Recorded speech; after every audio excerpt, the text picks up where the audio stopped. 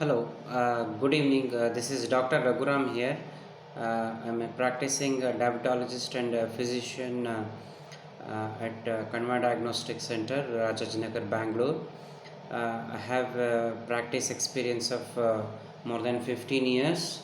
Um, Today, I would like to educate people with diabetes how you have to employ exercise as an important strategy in combating diabetes. So we use exercise both for prevention of diabetes as well as for control of blood sugar. So when it comes to exercise, there are two ways of doing exercise. One is one which does good to the heart, what we call as cardiotonic exercises. So it's basically like running, cycling, swimming, walking. So these are basically cardiotonic exercises. And another is isometric exercises or resistance exercises, what we call. So basically they are muscle building exercises. So that what you go for to the gym and try to lift some weight and try to build a muscle. So they are basically isometric exercises or resistance exercises. So fundamentally, when you look at when you do exercise, actually, so naturally it opens up more and more insulin receptors in muscles and adipose tissues. So if you have very high blood sugar, what happens is when you do exercise, these receptors get upregulated, and the delivery of glucose from the blood into the muscle tissue as well as adipose tissue is greatly facilitated. So in a way it's like a opening the door for the blood glucose to enter into the both muscles and adipose tissue, so you will have a better sugar control. So in actually in diabetes, what would have happened is these receptors, insulin receptors on these tissues is greatly reduced actually. So when you do exercise, basically these get opened. So when you do it in a regular fashion every day, when you do at least walk or gym,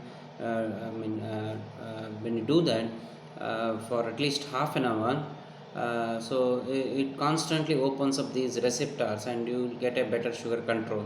So when you do isometric exercises like resistance exercises, basically you are trying to increase the muscle mass.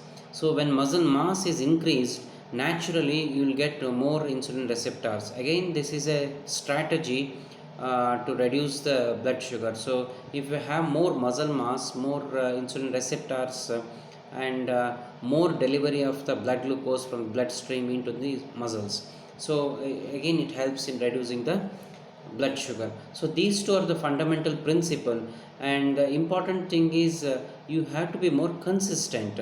So it's not enough if you do one day exercise and leave it for another 5 days. So basically the exercise benefits will last for longer time if it is done consistently every day. You can give a gap of at least one day in a week, not a problem. But if you leave the exercise for more than 48 hours, most of the times the benefit will come down.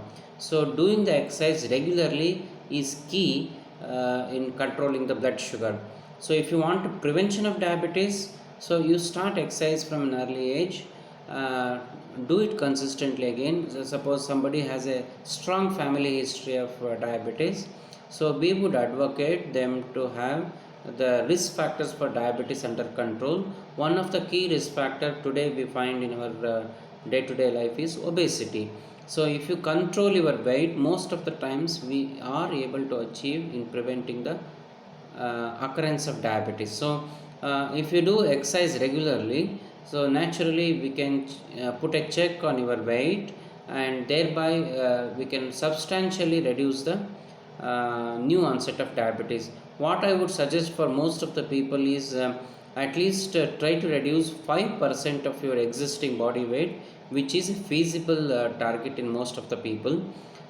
Say for example, if somebody's ideal body weight is around 60 kg, and if he is around 90 kg, so the difference is around 30 kgs for example. So if you tell them to reduce from 90 kg to 60 kg, it may be a very difficult task. So many a times they will think that it is just impossible and just leave it. So that's not the case. What we would advocate is you just try to reduce 5 to 10% of your body weight.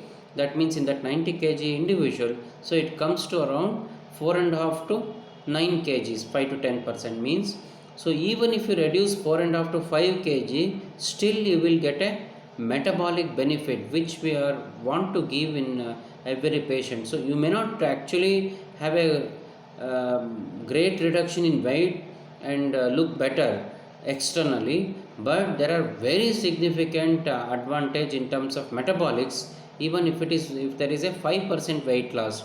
Suppose if your blood sugar is in the range of 108 110, which is in the impaired fasting glucose range or pre-diabetic range, certainly it can move back to below 100. That's the advantage you get if you do exercise on a consistent basis. So I would advocate everyone, every diabetic, every pre-diabetic, and if you go a step further, every individual should do exercise consistently. The relevance of exercise is more and more in pre-diabetics and people who have already become diabetics. Thank you for listening.